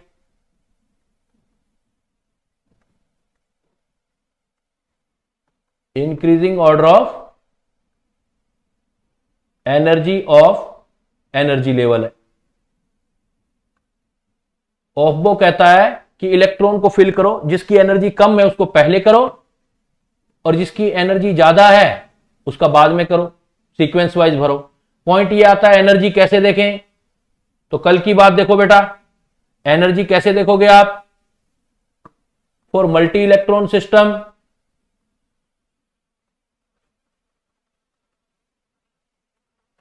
एनर्जी दो क्वांटम नंबर से डिसाइड होती है। For multi electron system energy देखने के लिए जिसका n प्लस एल कल बताया था, दोनों क्वांटम नंबर देखेंगे, n प्लस एल ज्यादा होगा उसकी एनर्जी ज्यादा होगी, n प्लस एल ज्यादा होगा उसकी एनर्जी ज्यादा। इफ कल भी बताया n प्लस एल सेम आ जाए, n प्लस एल सेम आ जाए बेटा, तो n से देखोगे, देन n चेक करोगे, n ज्यादा तो एनर्जी ज्यादा। जैसे एग्जांपल आपके पास 3D 4s और 4p है, सपोज 3D 4s 4p है, तो 3D 4s 4p है तो n प्लस एल निकालो, n प्लस एल निकालोगे 3 प्लस 2 मतलब 5, n प्लस एल निकालो 4 प्लस 0 मतलब 4, 4 प्लस 1 मतलब 5, तो 4s की एनर्जी कम आ जाएगी, 4s की एनर्जी सबसे कम। उससे ज्यादा देखो फिर 3D और 4p की, दोनों के लिए n की वैल्यू सेम 5, तो फिर देखो n का वैल्यू इसके लिए 3 आ रहा है, इसके लिए 4, तो आपके पास 4s से ज्यादा एनर्जी 3D और 3D से ज्यादा एनर्जी, मतलब इलेक्ट्रॉन फिलिंग करने के लिए ये 4p एनर्जी इंक्रीज होगी। तो n प्लस एल रूल से अगर आपके पास मल्टी इलेक्ट्रॉन सिस्टम है, एक से ज्यादा इलेक्ट्रॉन वाला सिस्टम है, तो आप n प्लस एल रूल लगा के देखोगे, n प्लस एल का sum, principal quantum number azimuthal quantum number का सम चेक करोगे। You need to check the sum of n plus l value. जितना n प्लस एल वैल्यू ज्यादा होगा बेटा उसकी एनर्जी ज्यादा होगी, उसको बाद में भरना, इलेक्ट्रॉन फिल बाद में करना। It should be kept in mind कि placing is the different thing, energy is the different thing. जैसे प्लेसिंग की बात करते हैं तो न्यूक्लियस है, न्यूक्लियस से प्लेसिंग तो ऐसे ही आएगी बेटा, जैसे न्यूक्लियस है ये, पहले आएगा 1s,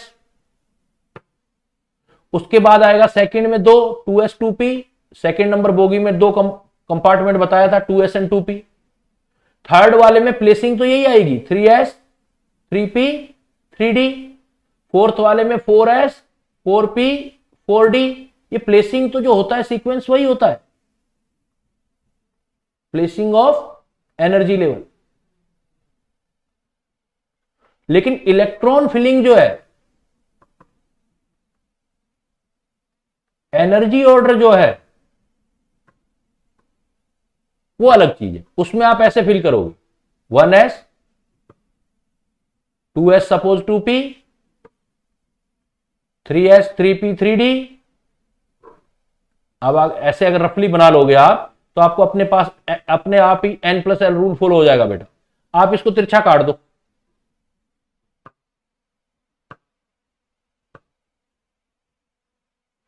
और फिर इसको मेरे नाम का फर्स्ट लेटर सुरेंद्र नागिया मेरा नाम है ना, एस से है तो एस बनाते जाओ,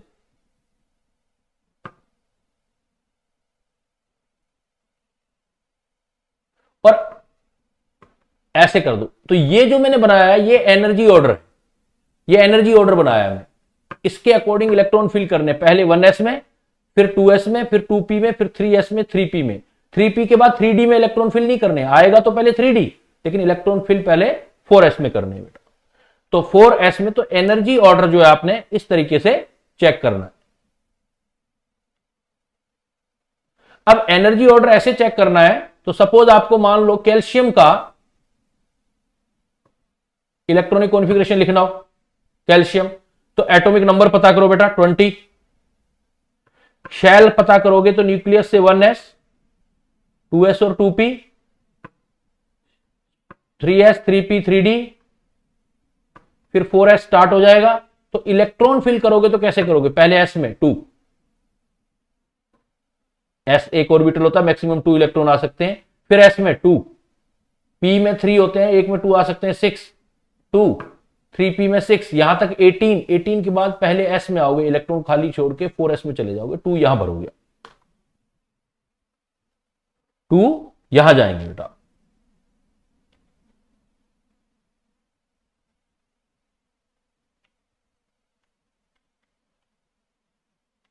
इस ऑफबो प्रिंसिपल के बाद क्वेश्चन पे फिर आते हैं अपने, पहले रूल पूरे कर लेते हैं, फिर एक क्वेश्चन आ जाएंगे अपने पास। देखो दूसरा रूल है Hund's rule of maximum multiplicity. कल मैंने स्पिन मल्टीप्लिसिटी भी बताया था। देखो मैक्सिमम मल्टीप्लिसिटी का मतलब अनपेयर्ड इलेक्ट्रॉन होता है। तो हुंड क्या कहता है कि इलेक्ट्रॉन अगर फिल करते हो तो सिंगली फील्ड करवाओ, डीजेनरेट ऑर्बिटल, मतलब इक्वल एनर्जी वाले ऑर्बिटल, डीजेनरेट ऑर्बिटल्स। डीजेनरेट का मतलब होता है जनरली जो होता है orbital of sub shell, sub shells होता है, सब degenerate orbital are singly filled first,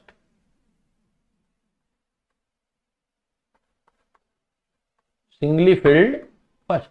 पहले कहता है एक एक करके भरो, बाद में पेयरिंग करना, देन पेयर्ड, देन इनको पेयरिंग करना।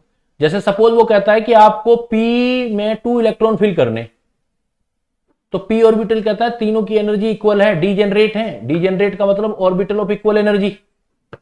तो p ऑर्बिटल में तीनों का एनर्जी इक्वल है, तीनों का एनर्जी इक्वल है, तो बेटा इसमें क्या है, 2 इलेक्ट्रॉन फिल करने हैं आपने, 2 इलेक्ट्रॉन फिल करने हैं, तो आप कहीं भी 2 कर दो, लेकिन पहले एक एक करके फिल करो। एक यहां कर दिया, एक यहां कर दिया, ओके, ये भी ओके है। या आप कहीं भी, तीनों की एनर्जी इक्वल है, वो तो हमारी आदत होती है, पहले से स्टार्ट करते हैं, आप ऐसे भी कर सकते हो, तब भी ओके है। सिंगली फील्ड करना है, लेकिन ऐसे नहीं करना बेटा कि 3p ऑर्बिटल की एनर्जी इक्वल है और पहले ही हम पेयरिंग करना स्टार्ट कर दें, ऐसे नहीं करना।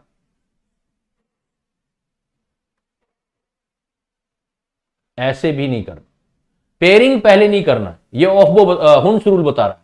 हुंस, हुंड साइंटिस्ट का नाम है। हुंस रूल कहता है मैक्सिमम मल्टीप्लिसिटी, भाई जगह है, इक्वल एनर्जी वाले हैं, तो तीनों को अनपेयर्ड इलेक्ट्रॉनों को एक एक करके भरो ना, सेटिस्फिकेशन रहेगा।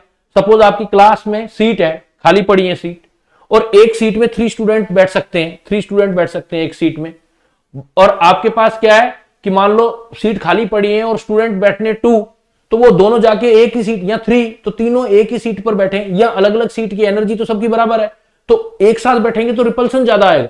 अगर स्पेस खाली है तो एक एक पर बैठे, दूसरा दूसरी पे चले जाए, तीसरा तीसरी पे चले जाए, एनर्जी सबकी इक्वल है, एटलीस्ट उनके अंदर डिस्टेंस तो बढ़ेगा, इंटर इलेक्ट्रॉनिक रिपल्सन तो कम होगा। जगह है तो दूर जाना चाहिए, जगह नहीं है तो पेयरिंग करना स्टार्ट कर देंगे।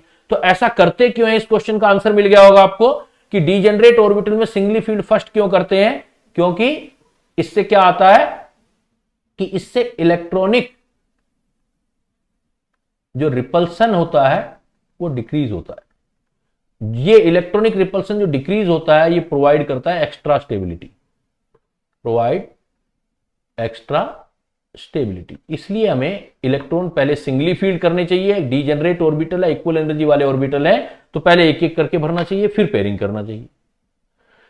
तो डीजेनरेट सबशेल में इलेक्ट्रॉन कैसे भरोगे, ये भी आ गया। फिर आता है आपका कि भाई अगर ऑर्बिटल है तो ऑर्बिटल में कैसे भरोगे इलेक्ट्रॉन, पाउली एक्सक्लूजन प्रिंसिपल। तो पाउली कहता है भाई इसके डिफरेंट स्टेटमेंट है बेटा, लेकिन स्टेटमेंट में नहीं जाना, आपने बस ये लिखना है N orbital can accommodate only 2 electron. एक ऑर्बिटल में 2 इलेक्ट्रॉन ही आएंगे। उसने दूसरा स्टेटमेंट भी दिया, उसने बोला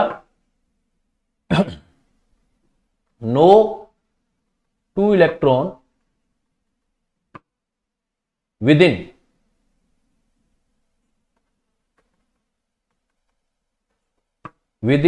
an atom can have same set of 4 quantum number. कहता है कोई से भी 2 इलेक्ट्रॉन एक एटम में उठा लो, उनके 4 की 4 क्वांटम नंबर सेम नहीं हो सकती, एटलीस्ट एक में तो डिफरेंस करना पड़ेगा, तभी तो एक ही ऑर्बिटल में चाहे आप 2 इलेक्ट्रॉन रखते हो तो एक का प्लस हाफ रखते हो बेटा, दूसरे का माइनस हाफ रखते हो। आप एक एग्जांपल उठा सकते हो, जैसे नाइट्रोजन है आपका, नाइट्रोजन का एटॉमिक नंबर 7 है, इसका इलेक्ट्रॉनिक कॉन्फ़िगरेशन लिखोगे तो आपको आएगा 1s2 2s2 2p3। इसमें एक काम करो, इलेक्ट्रॉन नंबर फर्स्ट उठाओ, यहां ले लो, इलेक्ट्रॉन नंबर आपका फर्स्ट उठाओ, चलो यही करता हूं, electron number first, electron number second और इलेक्ट्रॉन नंबर 7 निकालो। अब उनके लिए NLMS की वैल्यू देखो, इलेक्ट्रॉन नंबर फर्स्ट में n की वैल्यू फर्स्ट जगह है तो मैं आगे चलता हूं, यहां है हमारे पास, सपोज नाइट्रोजन का एटॉमिक नंबर 7, तो 1s2 2s2 2p कितना आएगा 4 3। अब मुझे इलेक्ट्रॉन नंबर फर्स्ट देखना है, इलेक्ट्रॉन नंबर सेकंड, सपोज कोई भी 2 इलेक्ट्रॉन चेक करने, इलेक्ट्रॉन नंबर 7 देखना। अब इलेक्ट्रॉन नंबर 7 में देखो N L M S की वैल्यू निकालो बेटा, तो फर्स्ट इलेक्ट्रॉन है तो N की वैल्यू 1, S आ गया तो L की वैल्यू 0, S है तो M की वैल्यू भी 0, और 2 इलेक्ट्रॉन है तो एक फर्स्ट वाले को प्लस हाफ देना पड़ेगा मुझे। दूसरे वाले इलेक्ट्रॉन में सब कुछ सेम, लेकिन यहां आके एनर्जी चेंज होगी, मतलब माइनस हाफ दे दिया। इसका मतलब एक ऑर्बिटल में एटलीस्ट 2 अलग अलग तरह से रिप्रेजेंटेशन करना पड़ेगा मुझे, एटलीस्ट 2 इलेक्ट्रॉन एकोमोडेट करेंगे एक ऑर्बिटल। 7 नंबर इलेक्ट्रॉन पे चले जाओ, N की वैल्यू 2, L की वैल्यू P है तो 1, M की वैल्यू P है तो, अब कौन सा P है उससे डिसाइड करना पड़ेगा, तो प्लस माइनस 1 या 0 कुछ भी हो सकता है।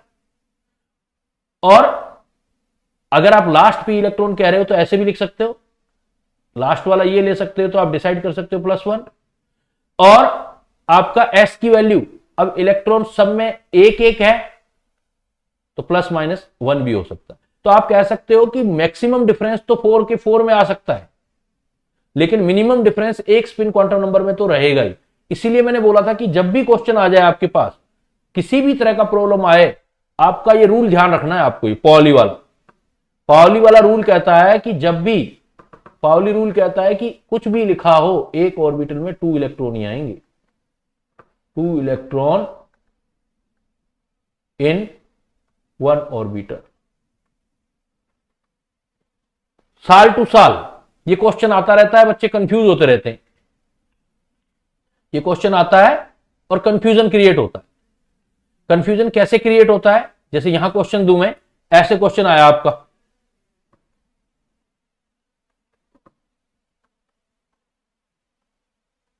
How many electron can fit in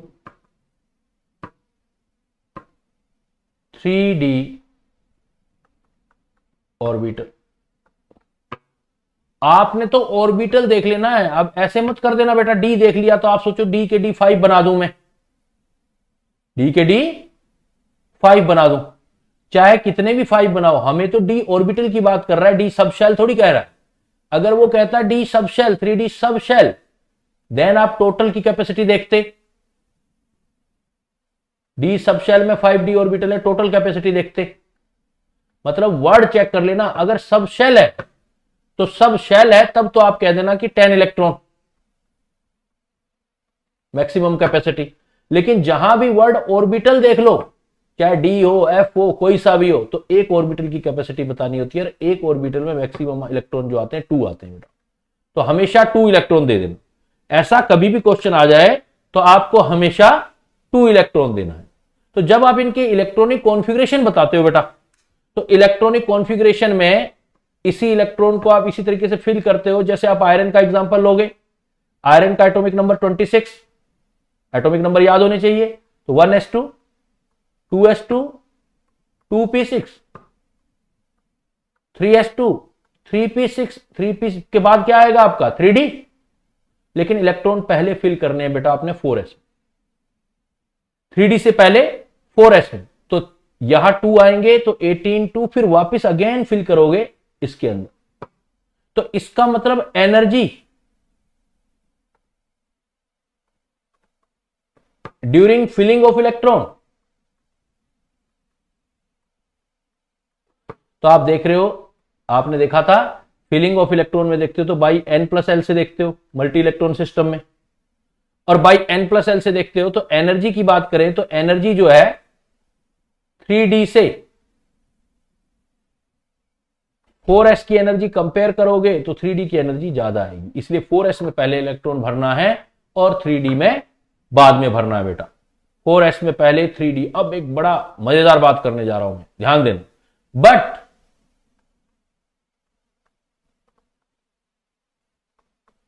during removal of electron, अगर आप इलेक्ट्रॉन हटाने जा रहे हो, फिल हो चुका है, इलेक्ट्रॉनिक कॉन्फ़िगरेशन फिल हो चुका है आपका, और रिमूवल ऑफ इलेक्ट्रॉन करने जा रहे हो, तो जिसकी एन ज्यादा उसी की एनर्जी ज्यादा। तो जब रिमूवल करते हो तब एन से डिसाइड करना है। रिमूव ऑफ इलेक्ट्रॉन जो देखना है वो एन से देखना है। जैसे आपका अगर 3D की एनर्जी है और 4s की एनर्जी है, इलेक्ट्रॉन निकालते टाइम चेक कर रहे हो, रिमूव करते चेक कर रहे हो, तो 4s की ज्यादा है, इलेक्ट्रॉन पहले यहां से निकालोगे। Electron is removed first from 4s, क्योंकि n ज्यादा, एनर्जी ज्यादा। यही रीजन तो है बेटा। अभी आपने जब Fe का इलेक्ट्रॉनिक कॉन्फ़िगरेशन बनाया, एटॉमिक नंबर 26 बनाया, और उसमें इलेक्ट्रॉनिक कॉन्फ़िगरेशन लिखा आपने 1s2 2s2 2p6 3s2 3p6, और 3D से पहले 4s में इलेक्ट्रॉन भरे क्योंकि उसकी एनर्जी कम थी, 3D की ज्यादा थी, बाद में भरे। लेकिन जब ये बना लिया आपने, जब बना लिया बेटा, और मैं कह दूं कि अब मुझे Fe+3 आयन का इलेक्ट्रॉनिक कॉन्फ़िगरेशन चाहिए, तो अब इलेक्ट्रॉन पहले किसमें निकालोगे आप? अब इलेक्ट्रॉन निकालने का काम स्टार्ट हो गया, रिमूवल ऑफ इलेक्ट्रॉन स्टार्ट हो गया बेटा। रिमूवल ऑफ इलेक्ट्रॉन स्टार्ट हो गया तो अब एन से डिसाइड होगा, सिंपल। तो एन जिसका ज्यादा उसकी एनर्जी ज्यादा, तो अब electron is removed from first from 4s, high energy. इसलिए आप पहले 4s में निकालोगे 2 इलेक्ट्रॉन, फिर एक यहां से निकालोगे, पीछे से निकालना स्टार्ट करोगे, तो ये आपका इलेक्ट्रॉनिक कॉन्फ़िगरेशन आएगा 1s2 2s2 2p6 3s2 3p6 3d5 रह जाएगा आपका। डी से नहीं निकाले पहले अपने, तो निकालते टाइम अलग चीज है। तो डी के अंदर 5 अनपेयर्ड इलेक्ट्रॉन आगे देखो,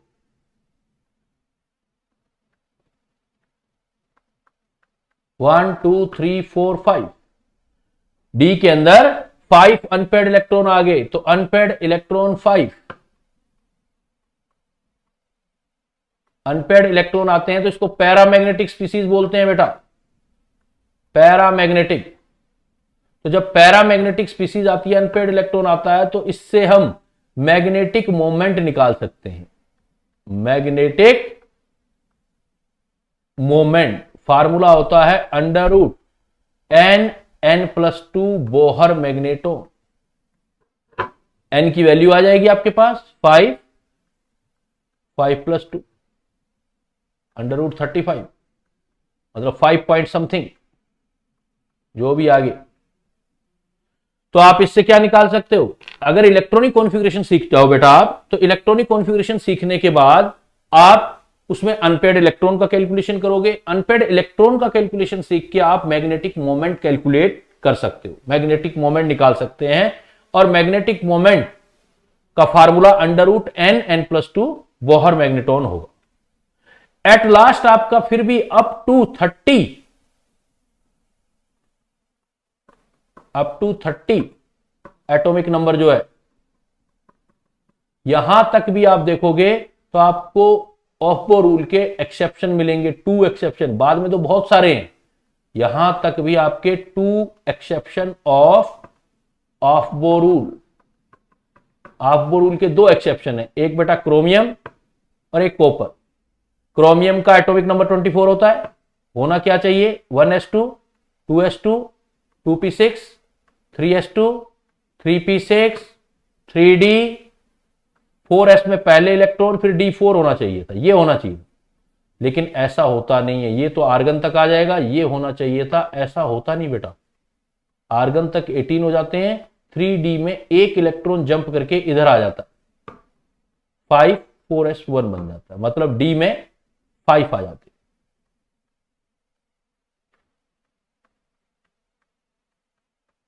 4s में 1 आ जाता है। ये D5 या S1 हाफ फील्ड है, तो ये हाफ फील्ड ऑर्बिटल बना लेता है। ऐसे ही कॉपर का 29 होता है, तो आर्गन तक 18,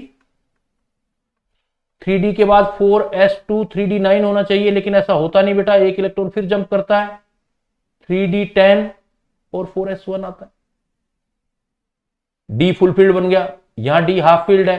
तो ऐसा क्यों होता है, तो आप आंसर दोगे ड्यू टू एक्स्ट्रा स्टेबिलिटी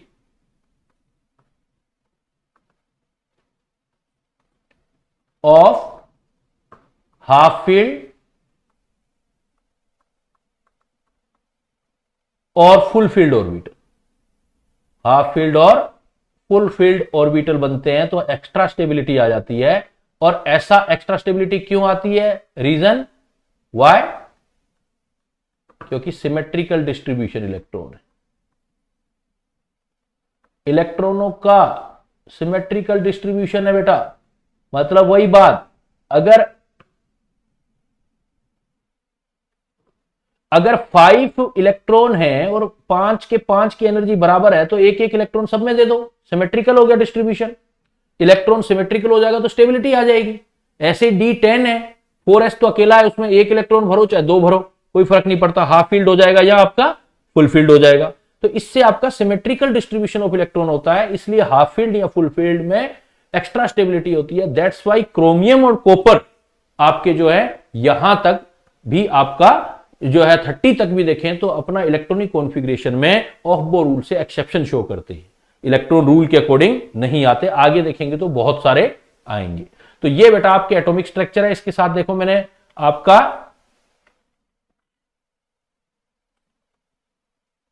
कुछ जो है इसके अंदर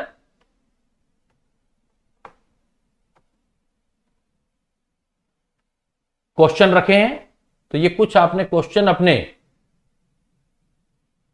वो इसमें चेक करने हैं, देखने हैं।